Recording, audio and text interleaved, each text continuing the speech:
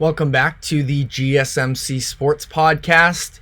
We are all about college basketball today with the brackets coming out yesterday. We've done some overview about the top teams and storylines that are coming here. Now we're going to be getting into the top players that will be in the tournament in terms of NBA prospects. Now, the 2024 draft has not been seen to be filled with number one franchise guy talents necessarily, but I do think that there are plenty of valuable options in this draft, and we will see how the tournament ends up affecting some of their stock.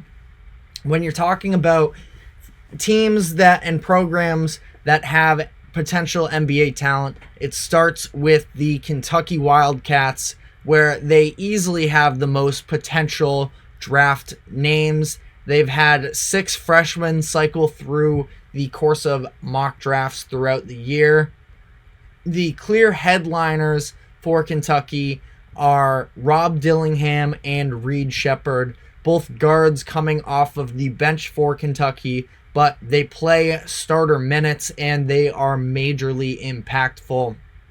So starting with Dillingham here, he is an extremely high ceiling scorer where he just averages 15 points per game on 48-45 splits, but he does so with the self-creation variety. He's able to create for himself using the dribble. He can do so on the perimeter or getting to the rim. He's a classic heat check type of player. He reminds me some of Cam Thomas, the guard for the Brooklyn Nets, where we've seen the nights where he just can't be stopped. Now, on that same note, the shot selection can be a little bit iffy at times, but his play style definitely projects to be one that could help him reach some March Madness stardom if he and Kentucky performs. He's a solid on-ball defender, can get lost occasionally off-ball, but he projects as a high-usage scorer, either as a starter or a six-man role, and I think that he can really win over some fans if you are just tuning into college basketball for the first time this season. Reed Sheppard is really the other lottery potential guy from this Kentucky team, where it's been surprising where he's really emerged as being more impactful as a ball handler, which was not always expected necessarily. It was he was seen as more of a catch and shoot type of guy, but he has really developed his game over the course of the season. He's extremely efficient in his minutes that he comes off of the bench. He's an elite shooter, shooting 52.5% on over 4 attempts per game. He is pretty mistake prone, doesn't turn the ball over often, doesn't get beat for a lack of mentally being caught off guard or anything. Now, he doesn't have the most tremendous size in the world, but what he does have on defense is great hands.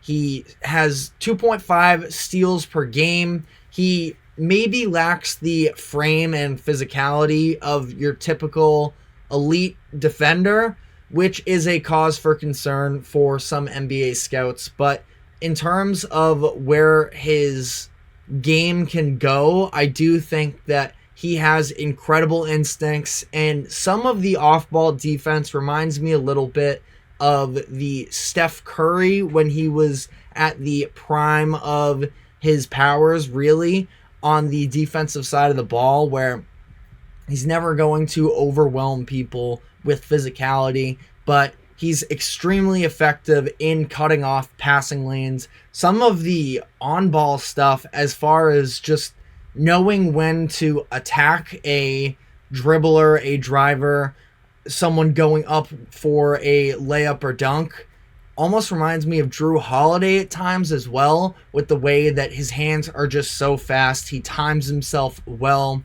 and he has shown that, again, the physicality in terms of how he projects as an NBA player is something to be a little concerned about, but he has also shown that he can play defense, he can knock down shots, and there might be an untapped something with the ball handling skills that he has that he hasn't really had to put out in full use necessarily at Kentucky.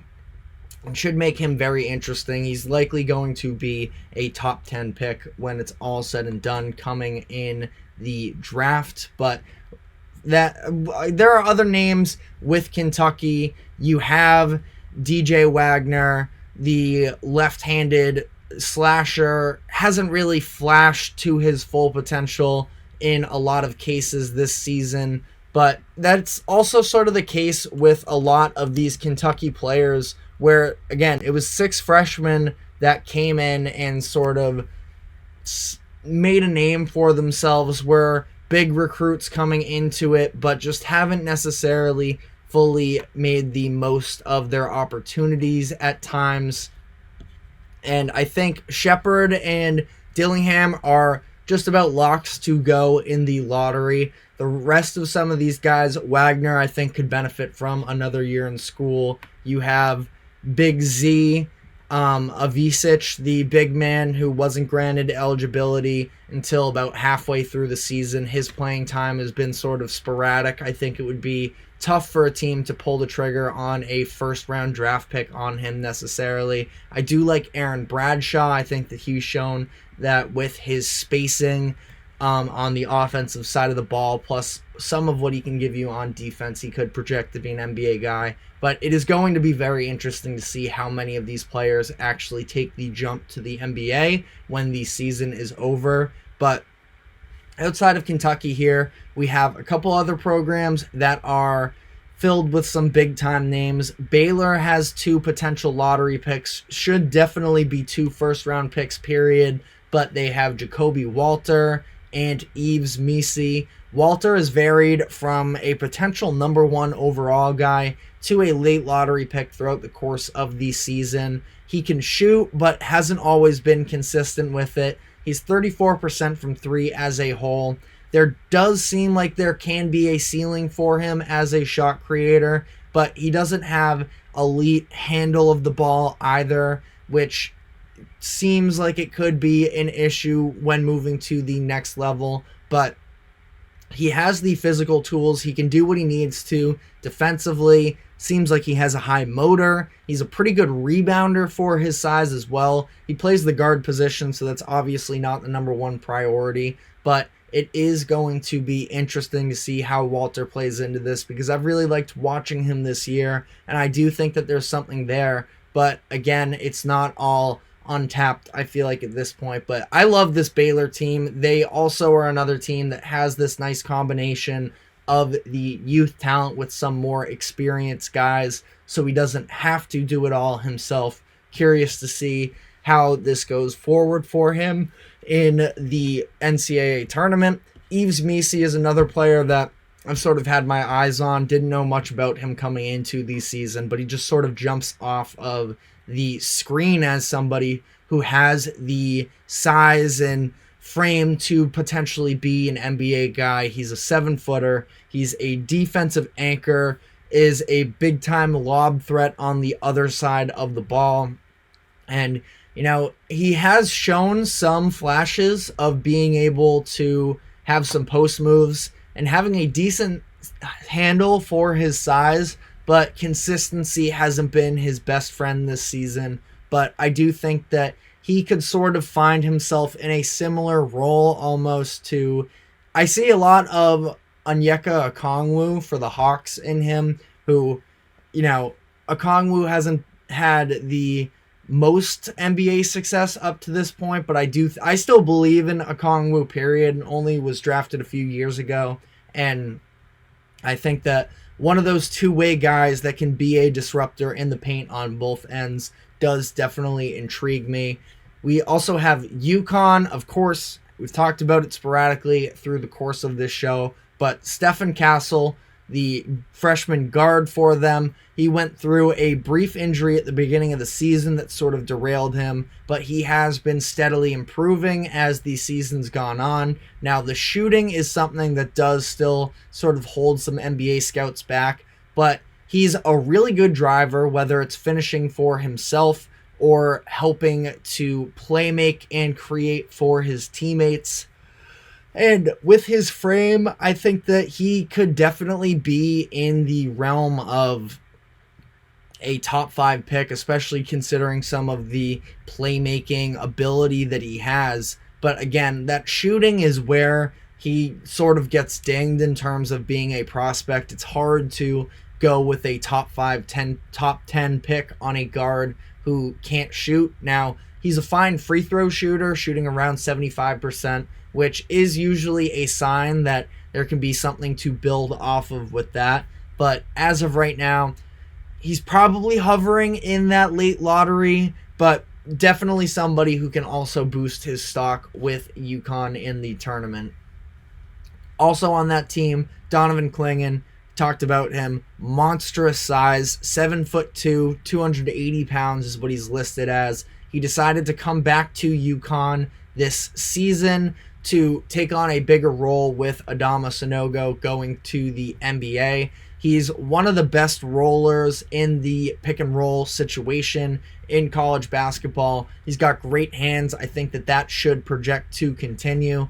Now, there isn't a ton of shooting with him, and the defensive versatility in terms of playing around the perimeter isn't necessarily there, which are some of the knocks against him from a pro perspective. But I do think that in terms of just being a college big, he has what you need. He's fine around the rim offensively. Not great, but good enough. Again, as a roller, he's really smart with the way that he takes his angles and how he goes about that.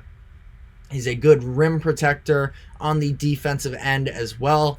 I don't see him as being a super high ceiling player, but he can definitely give good minutes off of the bench in the NBA. I could see somewhere along the lines of, off the top of my head, if I were to give a comparison, maybe like a taller Andre Drummond, not the most elite of athletes, but is really good at what he does and holds it down in that aspect. We also have a couple other names here before we wrap this up. Cody Williams of Colorado, the younger brother of Jalen Williams, J-Dub on the Oklahoma City Thunder. He has a strong ability to get downhill on drives. He's a great finisher at the rim.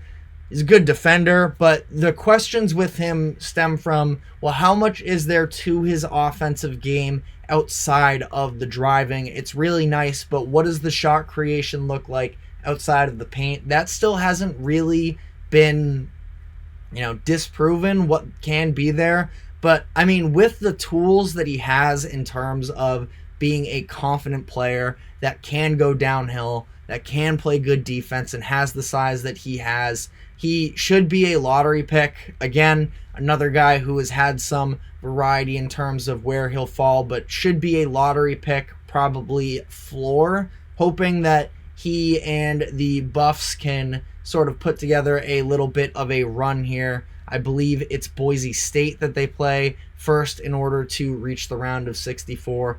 But they've been playing incredible, the Buffaloes have, as a whole. Cody Williams spent a chunk of time during the middle of the season with an injury, but there's a lot of intrigue with him. He's back. The team's playing really good basketball right now, so should be a lot of fun to watch him. Again, hopefully they make it far so we can continue to sort of evaluate him. But next on the list, I have Dalton Knecht of Tennessee, the SEC Player of the Year. He transferred to Tennessee after a few years with Northern Colorado.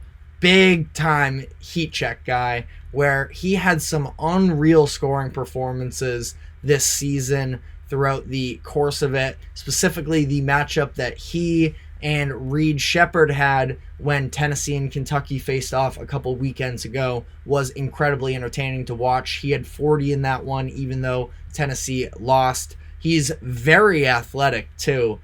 Now, I think that's something that could definitely help him as well. It's not that there's really any holes in his game. I think he has the athleticism that can translate to the next level. He's a very talented scorer in terms of getting to his spot.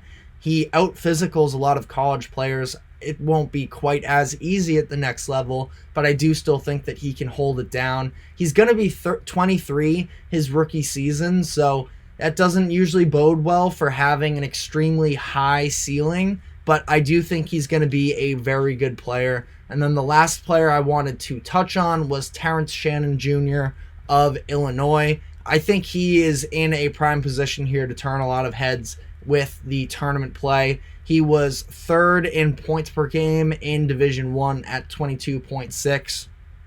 Crazy high motor. He's incredible in transition. He's not scared of anybody at the rim. He tested the NBA waters last year, and teams told him to work on a more consistent shooting stroke and to develop a stronger right hand. He is, of course, a left-handed shooter, finisher, and he's done so, really. It's not that the three-point efficiency, I mean, it's improved on more attempts, so that is a positive jump. He's still not lights out, but he should be a threat from the three-point line, which is at least a starter.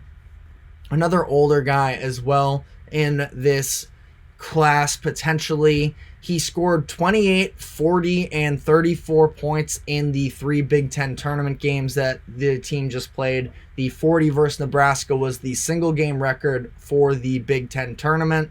He missed some time earlier this year when he was accused of